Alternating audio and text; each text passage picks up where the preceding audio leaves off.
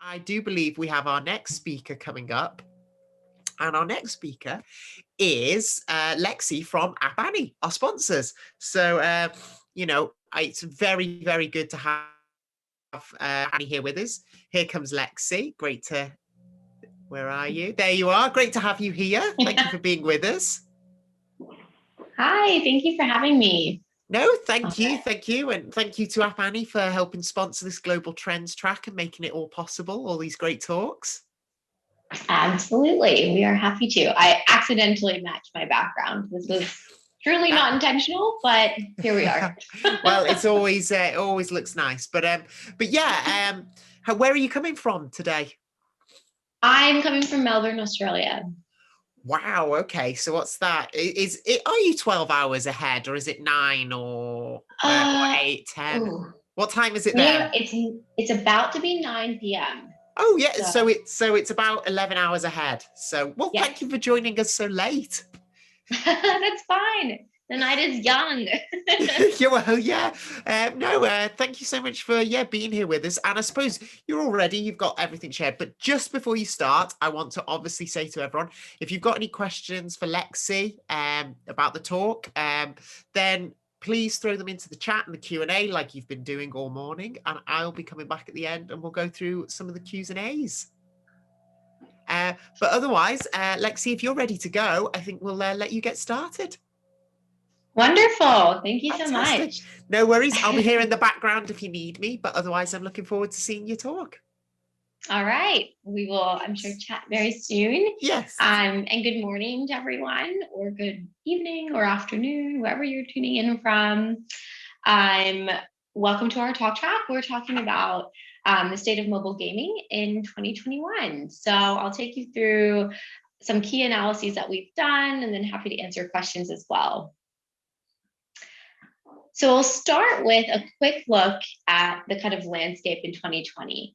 So we kind of want to leave you with a couple of stats that are really key. And in my mind, personally, these are the ones that, if you remember nothing else from the presentation, these would be the ones that I would really take home.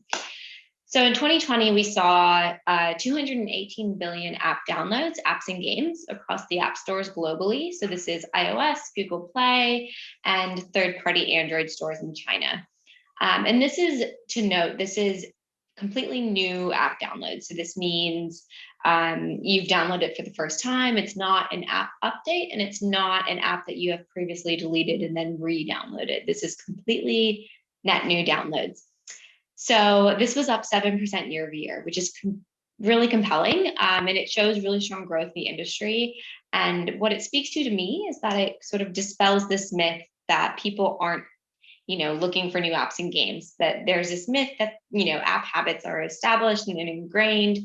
But in reality, people are really hungry for content and hungry for new apps and games, as well as new people coming into the market, owning devices. And so this is a really good figure to show kind of how robust the app economy is. The second stat I would like to kind of leave you with, we'll start with, and something to take away, is $143 billion were spent through the app stores globally. So this is, again, iOS, Google Play, and third-party Android stores in China. And that's 20% growth year over year. So this is purely app store spend. So that's in-app purchases in games, in-app subscriptions, largely in apps, and then any paid app or game downloads. Paid app or games tend to represent a very small portion of overall spend, but this still is reflected. The majority is that kind of freemium model. And to be clear, this does not include mobile commerce or in-app ads that in games or in apps. The next stat we'd like to leave you with is 4.2 hours were spent on average each day per user globally. And this is kind of a weighted average across the markets analyzed, and we'll have a chart that we'll touch on this soon. But this is pretty huge. If we look at how much time we spend, let's say everyone's sleeping around 8 hours a day, which may be a pipe dream for some of us, but if they are, then this 4.2 hours is roughly over 25% of your waking hours being spent on mobile. And this is pretty big, right? This is Streaming for the American people who might be on the call, it's streaming things like the Super Bowl in real time, or it's those micro moments, right? Not that concerted, I'm watching my phone for an hour. It's a lot of that micro moment time where you're checking emails, you're playing a game here and there, you're responding to messages, you're looking at the weather, the news. It's those micro moments that also kind of add up and compound. So we're seeing both those areas expand. Also, globally, we saw $240 billion being spent on mobile ads. So this is a really big key figure for us. So that's 26% growth year over year. And this is set to hit 290 billion in 2021. So we did see a softening of advertising and marketing budgets generally in 2020, as we expected, with the pandemic, with economic headwinds that many were facing and uncertainty in the market. However, mobile ad spend was what kind of bolstered the digital ad industry overall and and actually was one of the main drivers of growth. And so we really saw that was a really strong part of 2020, especially with more people being on their phones, doing more things with their phones, spending 4.2 hours a day. This was really key. And we expect this mobile ads to be a very key factor in the ad industry's overall rebound, especially in 2021 and beyond. And then mobile tech companies saw $73 billion in venture capital funding. So we also looked at the equation of where is funding happening and how has this grown year over year. And we did see that it saw 27% growth year over year. And a quick note about App Annie, for those of you who are not familiar with us, the rest of the data in this presentation and the insights and estimates are from App Annie's platform. So I wanted to give you a little bit of an indication of who we are, for those of you who may not be as familiar with us. So we are the mobile performance standard. Through our mobile data and insights platform, we create winning mobile experiences for our customers aspiring to achieve excellence. We provide the industry's most trusted and comprehensive app market data and insights. And then all of the insights today come directly from our platform.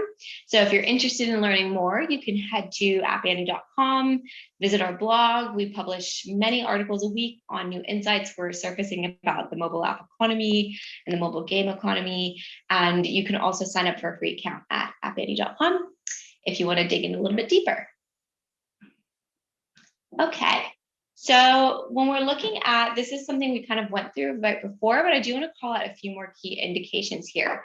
So we saw, like we said, $143 billion through the app stores. And I will tell you that 7 out of every $10 spent in the app stores was on games. So we're on track to see that mobile gaming surpasses $120 billion in 2021, which would make it about 1.5x the size of the rest of the global gaming industry, inclusive of PC Mac gaming, handheld consoles, as well as console gaming. And just looking at consumer spend, some of the heavyweight markets that we see are China, the US, and Japan. And combined, those 3 markets, the kind of top 3 for total consumer spend across apps and games, represent over 70% of the market overall. And then as well, for some of our European viewers, I also want to call out some of the markets in the UK here, in Europe, and the UK actually ranks in the top 5 as well for global consumer spend. If we look at downloads, we also see China as a heavyweight there. So is the US, as well as India. And actually, what's really impressive is that we've seen really strong growth, usually in emerging markets, which you would expect. So Brazil and India, close to 35% growth year over year. We've seen really strong growth there for downloads, as you would expect, from new devices coming online and more apps being downloaded per person. But we also saw pretty strong growth in mature markets. So actually in the UK, we saw 15% growth in downloads, similar in the US, around 10 to 15%.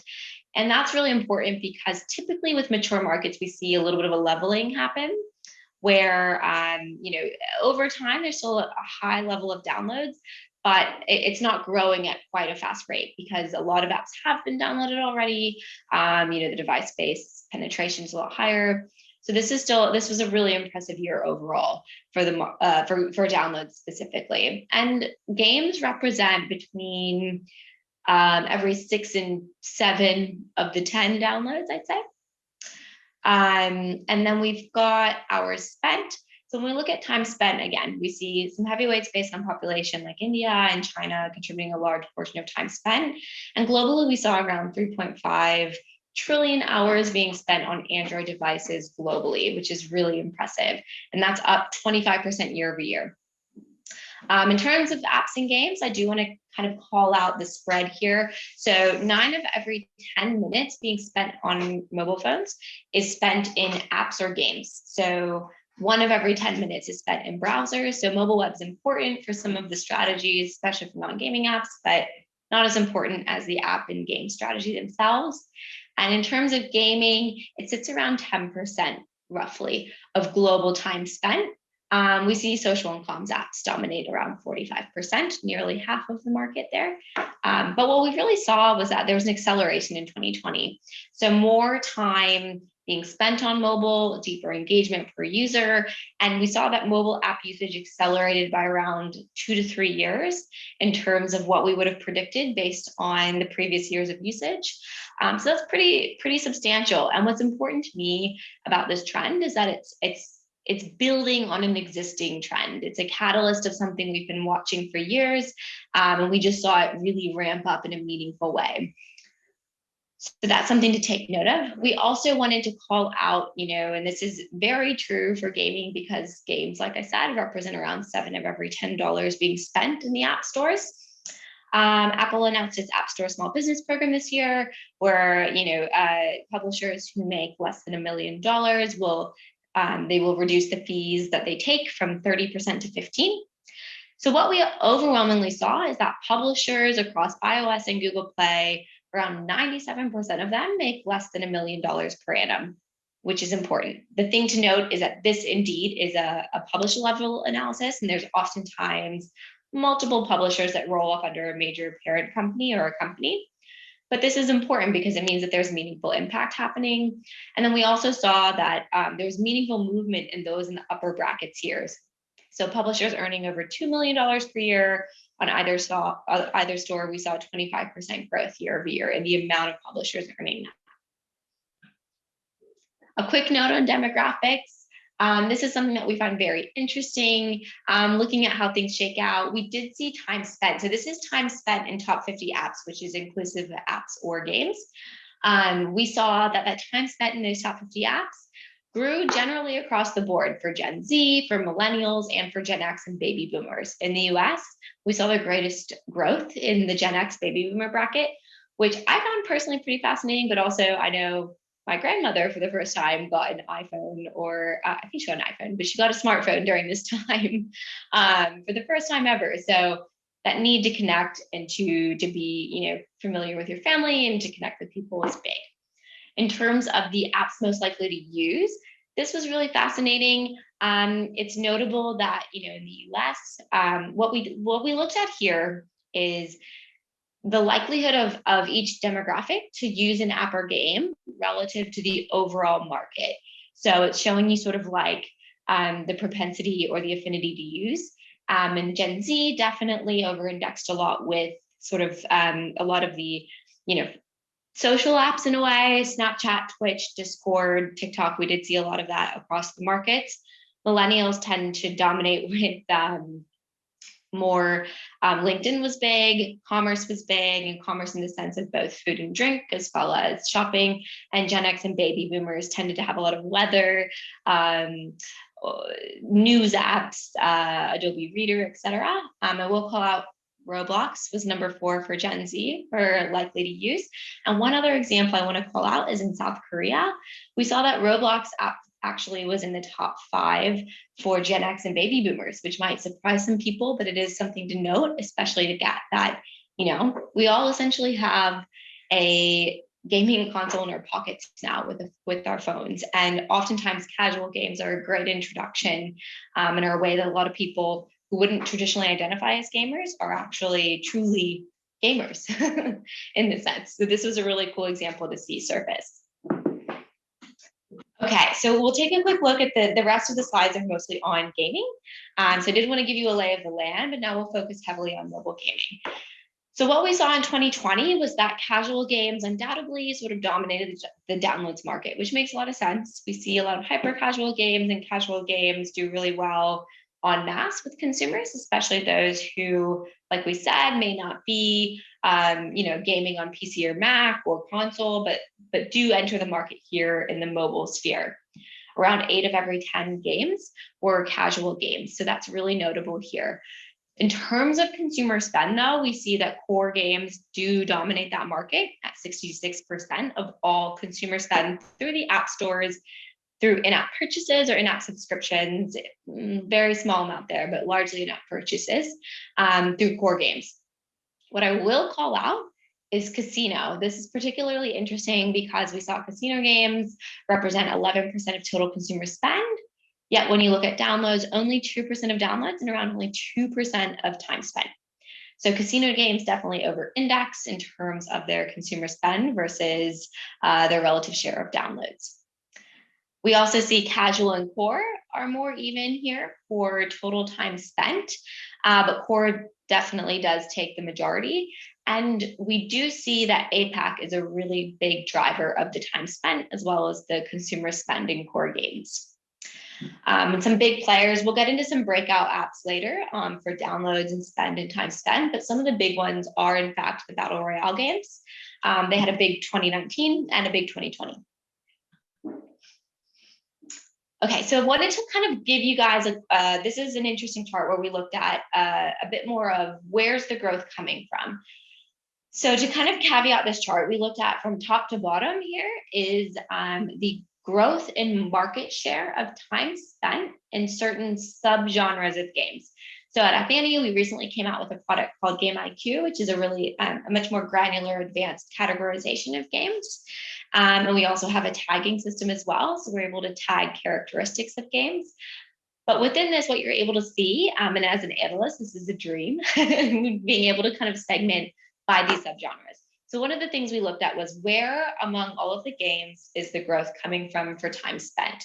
We looked at time spent specifically to account for in-app ads as well, since time spent is a big indicator for potential of the apps that do not monetize to the app stores, or in this case, the games. So in this view, from top to bottom, we have Sandbox, which is in the casual kind of overall tuning of things. They were the #1 contributor for growth in time spent of the market share of time spent. And what market share it shows is not only how much it grew, that 75% year over year, but how much of the pie it took up. How big was the piece they were working from before, and how much did they take up in 2020? So we saw that Sandbox took up a meaningful amount of time and the largest sort of total new share it took up. And a lot of this was driven by apps, games like Roblox. That was a big contributor there. Some other games that really, we did see Battle Royale still had a very strong year, still had kind of the #2 in market share growth and a 35% growth year over year. So that includes apps like PUBG and Fortnite. And we also saw Other Arcade was another big one, and Among Us would factor into this area. So Among Us had a blockbuster year. We'll talk about that a little bit more later, but that was another big one. Also, we did see that Puzzle and Trivia had a big year, as well as Other RPG, which includes games like Arknights, first-person shooter, also within the core sector, had another big year too. So wanted to call those out, but this is sort of the idea that we're seeing both casual and core driving a meaningful amount of growth in time spent. This is a quick look at this is sort of our tagging system in action. So what we're looking at here is sort of gameplay features. So we're able to say, what are the features that are driving meaningful growth? And in this case, we're looking at average revenue per user in 2020. So kind of the index average users on the x-axis here, and on the y is consumer spend. So what we saw globally, and this does vary, in the Western markets like the US, the UK, and France and Germany, it's relatively the same top 3 sort of gameplay features, but different, varying orders occasionally or varying intensities. In APAC countries, we actually saw that was where the most differences occurred. But globally, we saw events with the number one growth for the number one contributor of average revenue per user, followed by leaderboards and customization. So to give you an example, events would include things such as Pokemon Go, having Pokemon Go Fest in July, where they had, it's a big festival, and this year was totally virtual, and it was a very concerted effort. Whereas it also includes events like in Coin Master, where you have coin crazes, where you might be raiding or attacking different things, but you're earning more coins during this specified period of time. So it would include both of those. Leaderboards, pretty self-explanatory, but being able to compare yourself against other people in the market and how you're performing. And customization includes customizing your avatar or your environment. So it can be Among Us, where you're choosing a different skin for your shirt, or you're having a different hat, or it could be much more sort of layered customization, such as your avatar, say in PUBG or Fortnite. We'll touch on some breakout games. So I'm cognizant of the time. I'll just touch on a few. We basically looked at different regions as well as the different metrics. So downloads, Among Us had a big year. We saw Brain Test, Tricky Puzzles had a big year, as well as My Talking Tom Friends, which also did particularly well in some markets like India, as well as Russia. We'll see in a second. We also see some examples of some other apps that did particularly well. I want to call out Ludo Games is one in India that had a big year. And we also saw, the migration not only of core games to mobile, but of traditional board games. And we'll see that as well on this next slide with Scrabble Go being another strong example in France. We see Wood Turning, a hyper casual game, also had another big year here, where we saw hyper casuals did particularly well as well in 2019 for downloads. On the consumer spend side, we really see Roblox was big. And this is a big thing because this is a casual game. You expect a lot of core games to do particularly well in terms of breakout growth, which is that kind of aggregate growth year over year in spend. Coin Master was particularly big under the casino bracket. We also saw State of Survival did particularly well, and this is the case in many markets outside of also the Americas. But then Pokemon Go, and that Pokemon Go did well as well in time spent. Call of Duty is another one in the West that did particularly well, and we did see Gardenscapes emerge in Americas and in EMEA. So a quick look at APAC, something to call out as well. Japan, South Korea, China tend to have much more of a unique list. Homegrown apps often do quite well, or homegrown games. Whereas in India, you start to see, and same with Australia, similar apps that might be emerging in other countries as well. PUBG, Roblox, State of Survival in Australia. So you see here with consumer spend, Battle Royale did well again. Same in EMEA, Brawl Stars being another one. And I do want to call out Pokemon Go, despite being limited on in-person interactions. Pokemon Go overall did, again, very well, especially in Western markets like the UK and the US. Call of Duty as well, gained some traction outside of major markets like the US, where it has done particularly well.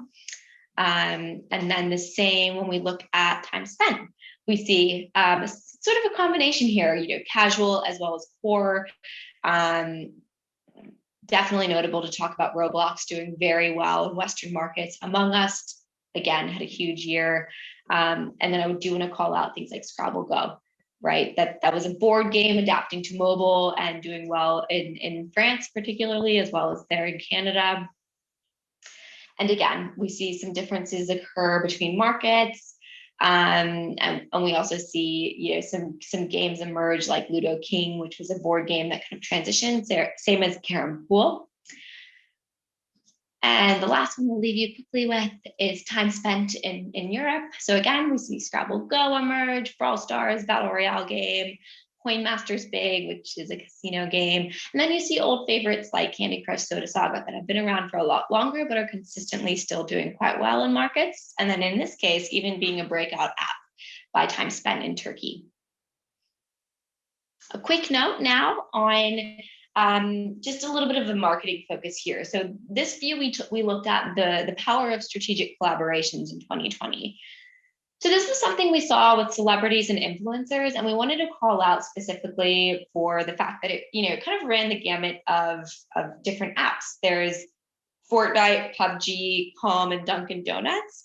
Dunkin' Donuts in the States is like a fast food restaurant chain. Fortnite and PUBG being battle royale games, and then Calm is a meditation app. So we saw the use of celebrities to sort of see a natural sort of spike in downloads on the App Store. So a little bit of an ASO, probably paid, depending. We don't know the details of those agreements, but a bit more of an organic, creative way, in a sense, apart from in-app advertising, to sort of gain traction. So Fortnite saw the greatest lift at 2.7x the kind of downloads during the promotional period versus the 2 weeks prior. And then we saw PUBG as well, saw a strong lift, and overall, roughly, about 1.5x minimum lift from these promotional periods. So a really good way to grow your user acquisition in a way that kind of cuts through the noise of some of paid ads or beyond your keywords. Okay, and again, we are at Banny. We help fuel successful mobile experiences and monetization. And I do want to leave you with, if you liked what you saw here, head to appbanny.com. You can get a free account. You can browse our blog. We have multiple blog posts coming out every week, analyses that myself and my team are working on. So I'd take a close look there.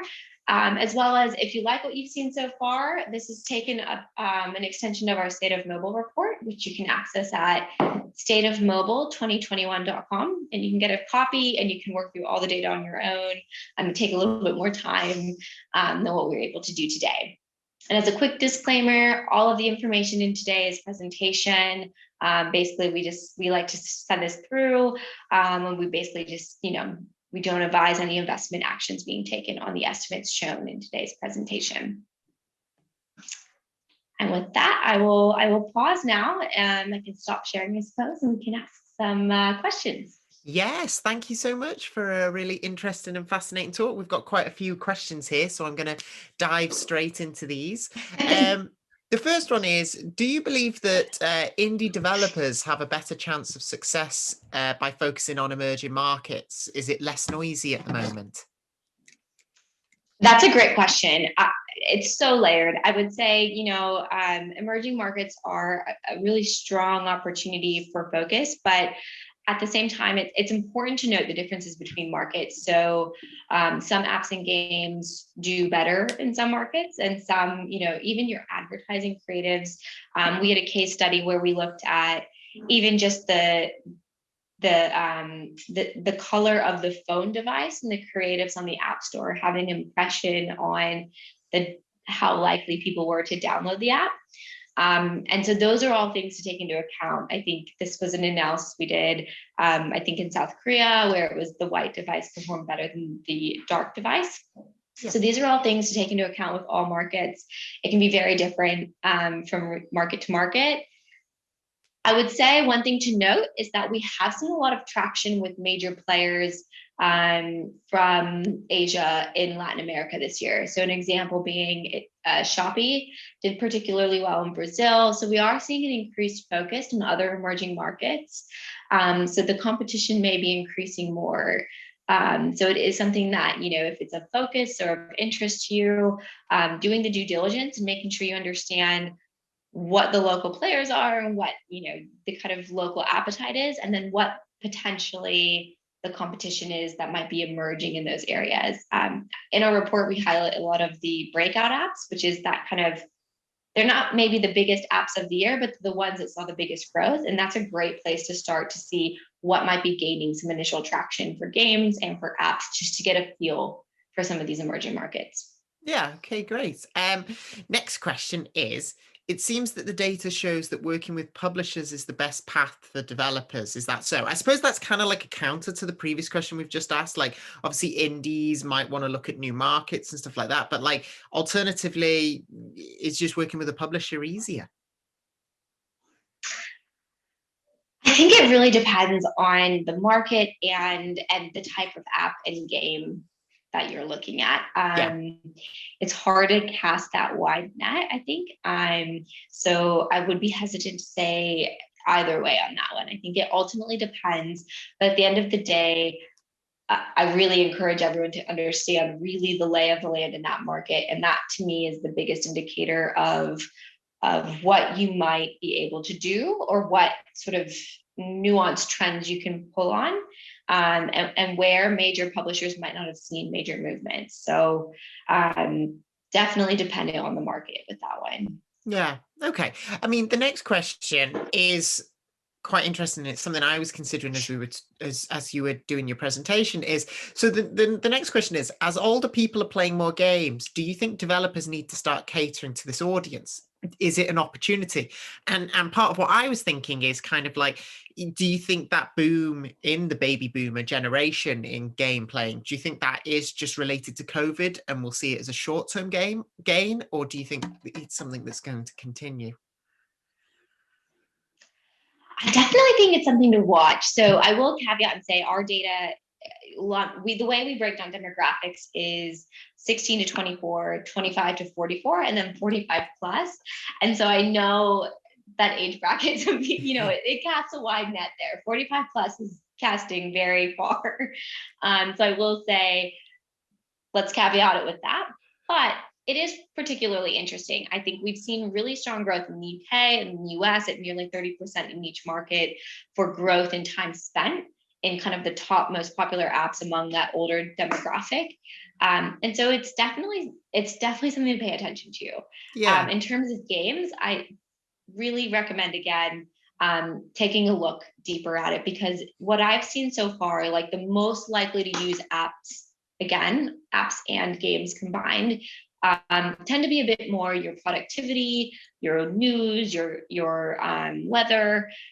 But that being said, it is a strong opportunity, and I think that there could be really a good potential there. It just depends on what you're looking at. And from the indications we saw, I mean, in South Korea was one example we gave with Roblox, where a casual game did particularly well. So I think as any sort of, if you're targeting any consumer who may be moving sort of from a less digitally savvy, and I would say this more of the upper end of that age bracket, casual games are a natural area to kind of focus on, or a natural sort of entry point you might consider, just for the ease of use factor. Yeah.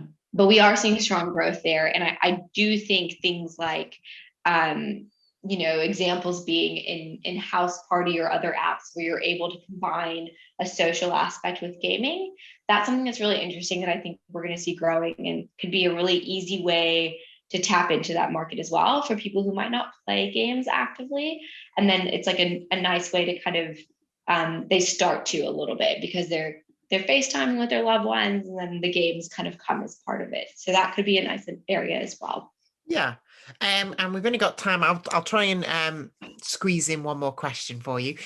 So Sure. Chris of Pocket Gamer has asked, there was some conversation yesterday about the general trend towards subscription services. Obviously, this is most clearly in digital TV, but is there any data or evidence that shows that this could work in the game space? I know notably in mobile we've had Apple Arcade, but we've obviously got Game Pass on the console front as well, and other things like PlayStation Now. I mean, are you guys seeing any trends in that area, or any kind of evidence for subscription? Yeah, this is a really interesting one. I would say, so far what our data shows is the bulk of consumer spend is happening from in-app purchases and core games. Yeah. It's bigger when you look at Asia. Casual games you'll see a bit more of it, but that tends to happen, like in Among Us, we saw, a bit more of smaller purchases there, but like upgrading skins and things like that, and your avatar presence. We see Apple and Google definitely have made moves to that, right? Where having a subscription sort of service, and it can make a lot of sense in the sense of, one thing I would say is important is potentially parental control. So if you want to let your kids play games and you want a suite of games that you feel like you can, know what they are, that could be a really strong avenue. We've seen really strong success in consumer spending growth and time spent for YouTube Kids, for instance. So that's a definite indication of an appetite that would pay potentially for that type of service. And then I think you just have to have some big names to kind of lure people in the subscription space if you're having multiple games. It is a very interesting area. In-app subscriptions have grown strongly in the non-gaming space, and I do think we're waiting for some more breakout examples in the gaming space, but it would be something to keep an eye on. I would not say to turn your the other cheek to it. It's definitely something to consider. Yeah, but definitely watching that space. yeah, and I'm going to ask one last question because I think it's hopefully a one-word answer. But Sure. Lisa asked, does Game IQ also show genre breakdown by revenue? Yes. Yes, there you go. That's why I asked it. I thought it would be a yes we or a break no. down Yeah. by all metrics. Perfect. Right. Well, I tried to get through as many questions as possible, but are you in the Discord by chance or anything else like that? Or can people reach out to you over email if they've got any extra questions? Absolutely. I have to. I will join the Discord. And feel free, follow us on social media at Appiani. We'll be sure to try to take a look at those things. But you can also reach out to me. I don't know if well, my name's showing on the screen. It's that. On Twitter, or feel free to email me. That's great as well. I'm happy to be a resource. Oh, well, perfect. And thank you so much for a really fascinating talk and for sticking around for so many questions. Thank you. Of course. Thank you for having me. No, thank you for being here. And thank you to Appiani for being our sponsors as well for this track. Well, thank you. And have a good, get some rest. Have a good sleep. Have a good evening. Yeah. Thanks.